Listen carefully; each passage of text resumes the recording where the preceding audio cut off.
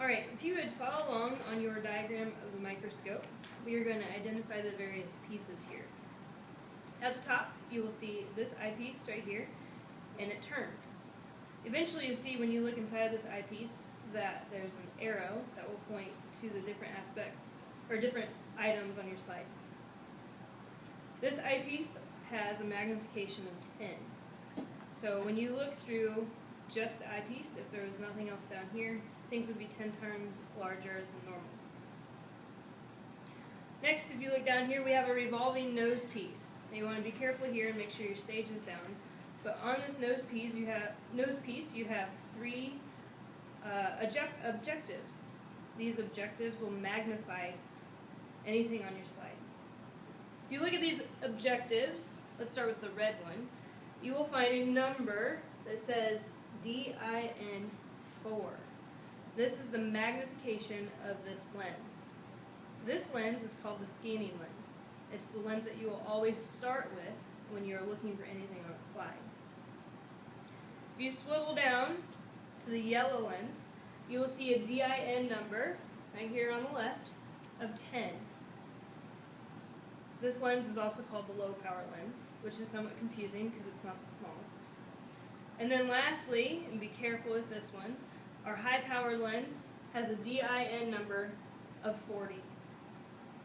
Now we have two different ways of magnifying objects. We have the eyepiece up top, and we also have these objectives.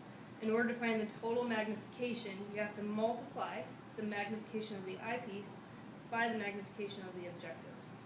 You will see in your lab that you have a space to fill out the magnification chart. But some of it is filled in there for you, and then you have the rest to do.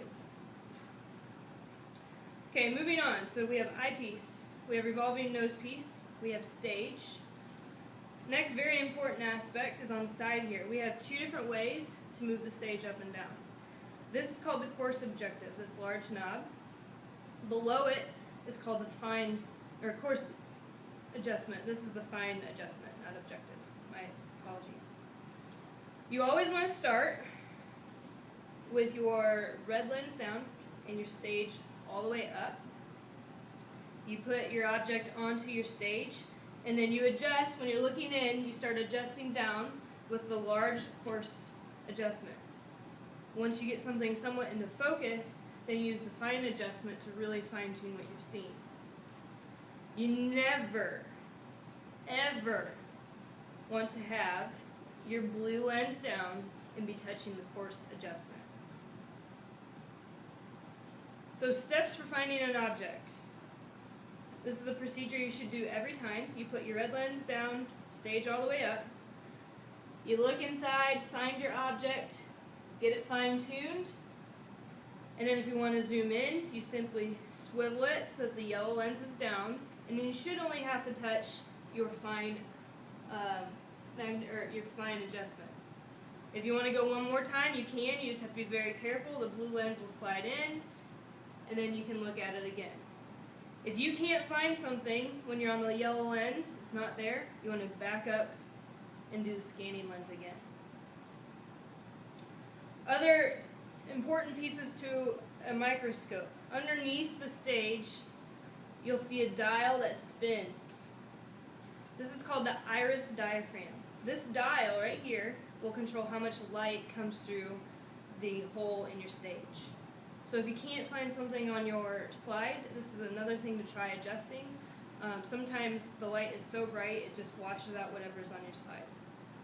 So that's an adjustment there. Last but certainly not least, you have the arm of your microscope, and then you have the base. And this is how you always want to carry them whenever you're carrying them to put them away. Nothing one-handed. When you put away a microscope, please make sure it is away from the edge of the table so that nobody walking by will pull it off. If you're the last class of the day, I may ask you to unplug them and wrap the cords around them. And please do so gently. As you can see, some of these are fraying and we have some damage to the cords, so you need to be very careful with that. If you have any other questions, then you can find me in class and ask.